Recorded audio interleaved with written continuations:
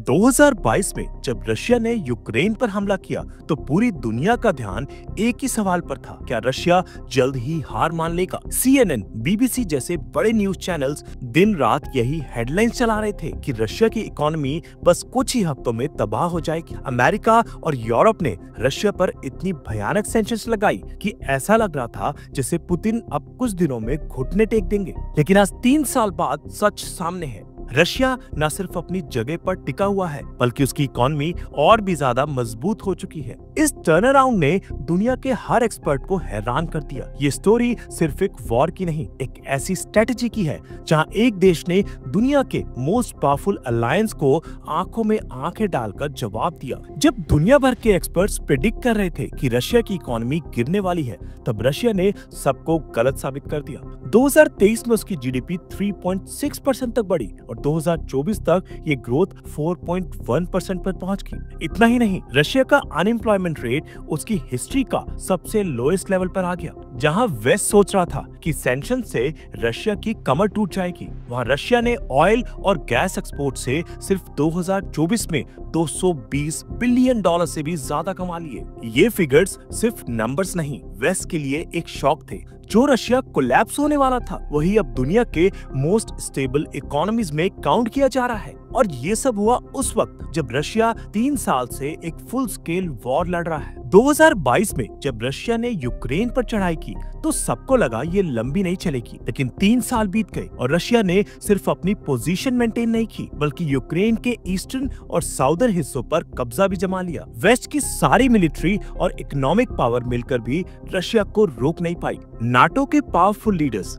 जहां एक United front बनाकर रशिया को दबाना चाहते थे, आज वही लोग बंद दरवाजों के पीछे बैठकर ये समझने की कोशिश कर रहे हैं आखिर रशिया को कैसे नहीं रोका जा सका। पुतिन ने बैटलफील्ड पर भी और ग्लोबल डिप्लोमेसी में भी सबको चकमा दे दिया। एक तरफ यूक्रेन के शहरों पर रशियन फ्लैग्स लहराने लगे तो दूसरी तरफ वेस्ट के प्लान्स धूल में मिलते गए। जब वेस्ट ने रशिया पर सैंक्शंस का तूफान ला दिया तो सबने सोचा पुतिन की इकोनॉमी डूब जाएगी, लेकिन रशिया ने एकदम अनएक्सपेक्टेड मूव किया। उसने अपनी इकोनॉमी को वॉर टाइम मोड में शिफ्ट कर दिया। इस कॉन्सेप्ट को कहते हैं वॉर इकोनॉमी, जहां देश की इंडस्ट्रीज सिर्फ सिविल लाइंस के लिए नहीं बल्कि मिलिट्री सपोर्ट के लिए भी काम करने लगती हैं। रशिया ने फैक्ट्रीज में टैंक्स, मिसाइल्स और मिलिट्री व्हीकल्स बनाना स्टार्ट कर दिया। इंफ्रास्ट्रक्चर प्रोजेक्ट्स जैसे नए रेल ट्रैक्स, रोड्स और एयर बेसिस बनने लगे। ये सब सिर्फ मिलिट्री के लिए नहीं बल्कि इकोनॉमिक रिवाइवल का भी जरिया बन गया।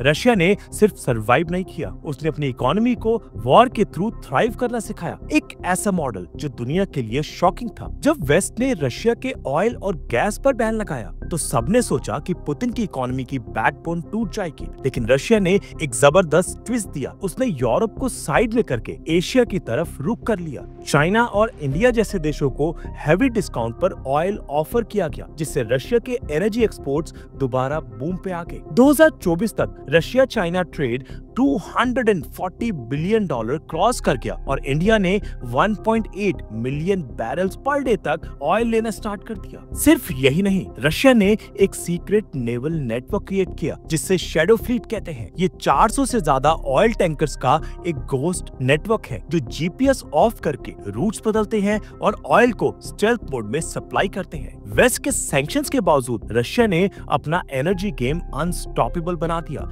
जब दुनिया में रिसेशन की बात हो रही थी तब रशिया ने अपनी इकोनॉमी को एक नई दिशा दी, वॉर इकोनॉमी। रशिया ने 2024 तक अपना डिफेंस बजट $132 बिलियन तक बढ़ा दिया, जिसकी जीडीपी का लगभग 6% था। ये पैसा सिर्फ टैंक्स और मिसाइल्स बनाने नहीं बल्कि फैक्ट्रीज, लॉजिस्टिक्स, ट्रांसपोर्ट और इलेक्ट्रॉनिक्स इंडस्ट्रीज को भी बूस्ट देने में लगा। नई फैक्ट्रीज खुली, लोगों को रोजगार मिला और लोकल प्रोडक्शन बढ़ने लगा। पहले जो चीजें रशिया इंपोर्ट करता था अब वो खुद बनाना स्टार्ट कर दिया। ये इकोनॉमिक शिफ्ट इतना स्ट्रॉन्ग था कि रशिया का अनएम्प्लॉयमेंट रेट हिस्ट्री के लोएस्ट पॉइंट पर आ गया। वॉर इकोनॉमी ने सिर्फ फ्रंट लाइंस को नहीं बल्कि पूरी नेशन को काम पे लगा दिया। जब वेस्ट ने रशिया के फाइनेंशियल सिस्टम को डॉलर से काटने की कोशिश की तो रशिया ने एक और मास्टर स्ट्रोक मारा, डी डॉलराइजेशन। रशिया ने डिसाइड किया कि अब इंटरनेशनल ट्रेड डॉलर में नहीं बल्कि ऑल्टरनेटिव करेंसीज जैसे चाइनीज युआन, इंडियन रुपी और टर्किश लीरा में किया जाएगा। 2024 तक रशिया चाइना का आधा ट्रेड बिना डॉलर के हो रहा था।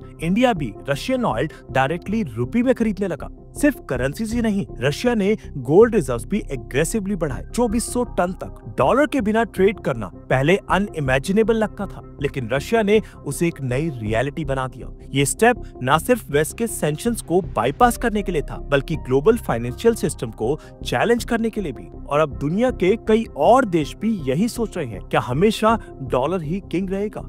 जब वेस्ट ने रशिया को दुनिया से अलग करने की कोशिश की, तब रशिया ने अपने नए दोस्त ढूंढ लिए। BRICS countries, Brazil, Russia, India, China और साउथ अफ्रीका का ये ग्रुप पहले सिर्फ एक इकोनॉमिक फोरम था, लेकिन 2022 के बाद ये जियोपॉलिटिकल अलायंस बन गया। रशिया के अगेंस्ट सैंक्शंस लगने के बाद ब्रिक्स देशों ने ओपनली रशिया का सपोर्ट किया। 2024 तक रशिया और ब्रिक्स कंट्रीज के ट्रेड 300 बिलियन डॉलर्स को क्रॉस कर गया, जो वेस्ट के साथ प्री वॉर ट्रेड से भी ज्यादा था। ब्रिक्स ने सिर्फ ट्रेड नहीं, अपने खुद के बैंक्स और पेमेंट सिस्टम भी एक्टिवेट कर दिए, जैसे न्यू डेवलपमेंट बैंक, जहां से रशिया ने इंफ्रास्ट्रक्चर के लिए बिलियन डॉलर लोन्स लिए। अब तो बात ये भी हो रही है कि ब्रिक्स अपनी एक खुद की करेंसी लॉन्च करे जो डॉलर को रिप्लेस कर सके। ये सिर्फ सपोर्ट नहीं, एक नई दुनिया की तैयारी है। जब सैंक्शंस लगे तो वेस्ट को लगा कि रशियन लोग डर के मारे खर्च करना बंद कर देंगे, लेकिन रशिया ने तुरंत एक बोल्ड स्टेप लिया। डोमेस्टिक स्पेंडिंग को सपोर्ट करने के लिए सब्सिडीज और कैश पैकेजेस देने शुरू कर दिए। लोगों का कॉन्फिडेंस बना रहा और वो वॉर या सैंक्शंस की परवाह किए बिना मार्केट में पैसा खर्च करते रहे। आज रशिया का 70% जीडीपी सिर्फ डोमेस्टिक कंजप्शन से चल रहा है। जब लोग खर्च करते हैं तो फैक्ट्रीज चलती हैं, टैक्स आता है और गवर्नमेंट वापस लोगों पर इन्वेस्ट करती है और ये इकोनॉमिक साइकिल बन जाता है। इस मॉडल ने इकोनॉमी को अंदर से इतना स्ट्रॉन्ग बना दिया कि रशिया एक्सटर्नल प्रेशर के बावजूद स्टेबल बना रहा। सैंक्शंस का साइकोलॉजिकल इम्पैक्ट भी रशिया ने इस स्पेंडिंग के जरिए खत्म कर दिया। जब दुनिया के बड़े देश ट्रिलियंस के डेट्स में डूब रहे हैं, तब रशिया ने एक और सरप्राइजिंग एडवांटेज दिखाया। उसका नेशनल डेट सिर्फ 17% ऑफ जीडीपी था। कंपेयर करें तो अमेरिका का डेट जीडीपी के 100% से भी ऊपर है। रशिया के पास ये फ्लेक्सिबिलिटी थी कि अगर क्राइसिस आए तो वो आसानी से लोन लेके अपनी इकोनॉमी को सपोर्ट कर सके। और सबसे बड़ी बात, इन्वेस्टर्स को रशिया पर भरोसा था कि वो डिफॉल्ट नहीं करेगा। लो डेट का ये साइकोलॉजिकल बेनिफिट भी मिला कि इंटरनेशनल मार्केट ने रशिया को फाइनेंशियली स्टेबल माना। सैंक्शंस के बावजूद इस लो डेट मॉडल ने रशिया को एक बफर दिया जो किसी भी इकोनॉमिक स्टॉर्म से बचने के लिए काफी था।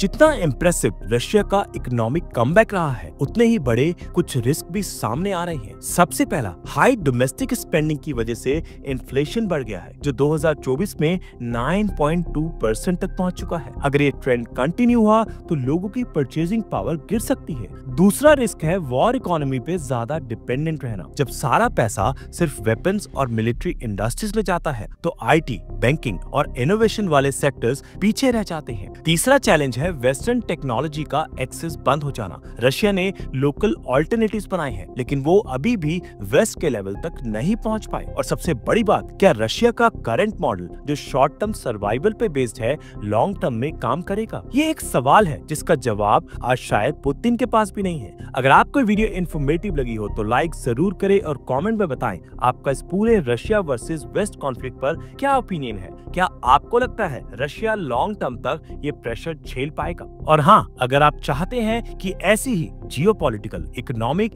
और ग्लोबल पावर शिफ्ट वाली डीप रिसर्च वीडियोस आप तक रेगुलर आती रहें, तो चैनल को अभी सब्सक्राइब करें और बेल आइकन दबाना बिल्कुल ना भूलें। अपने दोस्तों के साथ ये वीडियो शेयर करें जो करंट अफेयर्स और ग्लोबल पॉलिटिक्स में इंटरेस्ट रखते हैं। मिलके इस डिस्कशन को और बड़ा बनाते हैं। मिलते हैं आपसे अगली वीडियो में, तब तक के लिए अपना ख्याल रखें। जय हिंद।